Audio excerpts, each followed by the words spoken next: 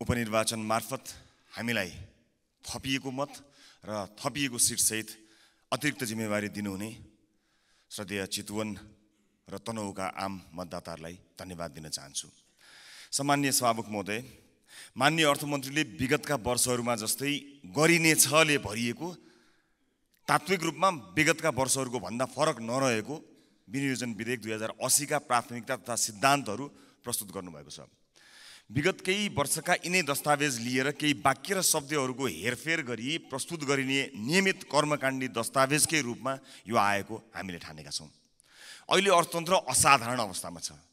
नाकाबन्दी भएको 72-73, कोभिडको सुरुवात भएको 77 र सशस्त्र द्वन्द्वको उत्कर्ष दरबार हत्याकाण्ड लगायतले असर गरेको 58-59लाई छोड्ने हो भने यस वर्षको आर्थिक वृद्धि दर विगत 3 दशकै सबैभन्दा कम हुने देखिएको छ।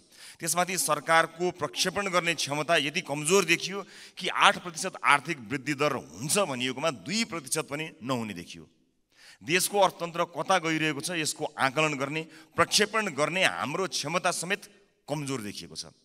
यस आर्थिक वर्षको 8 महिनामा गत वर्षभन्दा कम राजस्व सङ्कलन भएको छ। विगत 5 दशकमै राजस्व सङ्कलन पहिलो पटक गत वर्षको भन्दा कम हुने जोखिम देखिएको छ। आर्थिक वर्ष सकिन 2 महिना बाँकी हुँदा सरकारले राखेको लक्ष्यको 51% मात्र राजस्व सङ्कलन भएको देखिन्छ। यस्तो असाधारण अवस्थामा पुगेको अर्थतन्त्रलाई ट्र्याकमा ल्याउन र आम सर्वसाधारणलाई राहत दिन सधैँको जस्तो कर्मकाण्डी योजनाले के होला? सधैँ एउटै कुरा गर्ने, नतिजा चाहिँ अलग अपेक्षा गर्ने हाम्रो बानी हो कि जनतालाई झुक्क्याउने खेल? आशाका पुलिन्दा पस्किने हो कि व्यावहारिक र समाधानमुखी नीति अङ्गीकार गर्ने? असफल नीति र प्रक्रियालाई निरन्तरता दिने कि नयाँ र सृजनात्मक प्रक्रिया अवलम्बन गर्ने? वर्षेनी गरिनेछ भनिने तर पुरा नगरिने बजेटले राज्यप्रति जनताको विश्वास कसरी बढाउँछ? सम्माननीय सभामुख महोदय, माननीय अर्थमन्त्रीज्यूले अर्थतन्त्र र बजेट प्रणालीमा देखिएका विद्यमान समस्या र चुनौतीहरूलाई धेरै विश्व आर्थिक घटनाहरू र केही आन्तरिक कारणले गर्दा भन्नुभएको छ। तर वास्तविकता त्यस्तो होइन। वास्तविकता ठ्याक्कै उल्टो हो। धेरै चाहिँ हाम्रो आफ्नै आन्तरिक कारणले र थोरै चाहिँ बाहिरी कारणले हो। हाम्रो आफ्नै राजनीतिक व्यथिति, विसङ्गति र सङ्गठित रूपमा राजनीतिले गरिरहेको भ्रष्टाचारको कारण हो। योजनाहरू समयमा पुरा नहुनु र पुरा भएका योजनाहरूले पनि आशातीत प्रतिफल नदिनु, वित्तीय क्षेत्रको स्रोत अनुत्पादक क्षेत्रमा बढ्नु, गैरकानुनी व्यापार, तस्करी, कर छली बढ्नु सरकारी संयन्त्रको असक्षमता र बेइमानीको कारण हो। बाह्य कारण देखाएर हामी उम्कन मिल्दैन। समग्रमा विनियोजन विधेयक 2080 का सिद्धान्त र प्राथमिकता पनि विगतका असफल आर्थिक नीतिको निरन्तरता हुन पुगेको छ। यसले नेपाली समाजको आजको समस्याको समाधान दिने देखिँदैन। सङ्कटग्रस्त नेपाली अर्थतन्त्रलाई सुधार गरेर देशको आर्थिक अवस्था बलियो बनाउने खालको यो बिल्कुलै छैन। सभामुख महोदय, अब म यस विनियोजन विधेयक 2080 का प्राथमिकता तथा सिद्धान्तहरूका सन्दर्भमा केही सुझावहरू राख्ने अनुमति चाहन्छु। असाधारण समय छ, स्रोतको सीमितता छ। यसपालि असाधारण रूपमा साधारण खर्च कटौती गरौँ। बजेटमा गर्छौँ भनेका कुरा गरेरै छाड्ने, यदि हुन सकेन भने कसका कारण हुन सकेन, सचिव, विभागीय प्रमुख, मन्त्री, प्रधानमन्त्री, सांसदलाई जवाफदेही बनाऊ। क्रियाकलाप होइन, नतिजाको आधारमा कार्य सम्पादन मूल्याङ्कन गरौँ। सार्वजनिक सेवा प्रवाहमा सूचना प्रविधिको व्यापक प्रयोग गरौँ। सामान्य दर्ता, स्वीकृति, भुक्तानी आदि पूर्ण रूपमा स्वचालित र प्रविधिको माध्यमबाट गर्न सकेका सबै प्रवाह चुस्त दुरुस्त हुन्छ र भ्रष्टाचार पनि कम हुन्छ। ई गभर्नेन्सलाई राष्ट्रिय प्राथमिकताको योजना बनाई यसलाई अगाडि बढाउँ।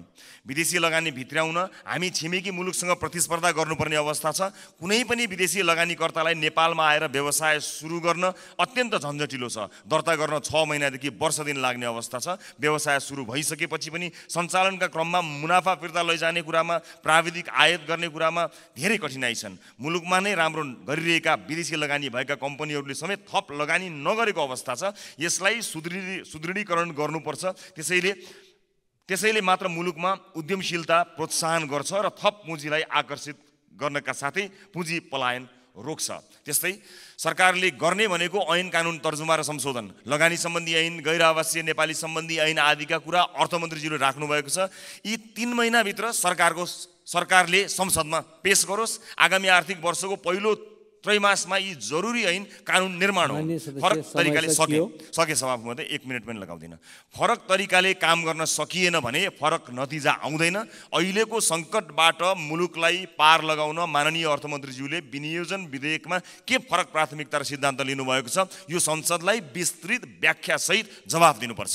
माननीय अर्थमन्त्रीज्यूले प्रस्तुत गर्नुभएको विनियोजन विधेयक 2080 का सिद्धान्त र प्राथमिकताबाट हामी कति पनि विश्वस्त हुन सकेका छैनौँ। सम्मानीय सभामुख महोदय, जाँदा जाँदै म मेरो निर्वाचन क्षेत्रमा भएको दुःखद घटनामा यो शङ्कर कणेल आत्महत्या प्रकरणको छानबिन होस् र न्याय मिलोस् पीडितलाई भन्ने कुराको आवाज पनि उठाउन चाहन्छु। र अहिले भएको भ्रष्टाचारको यो काण्डमा, शरणार्थीको काण्डमा यो ताप्केको बिँड तात्यो, ताप्दै गरेको ताप्के चाहिँ सेलाएको छ। यो ताप्के नसेलाओस्, सिङ्गो देश र अन्तर्राष्ट्रिय समुदायले हेरेको छ। दोषी कोही पनि नउम्कियोस्, मिलिजुली एकअर्कालाई जोगाउने काम नहोस्। हामी यसलाई अत्यन्त नजिकबाट नियालिरहेका छौँ भन्दै बिदा चाहन्छु। धन्यवाद।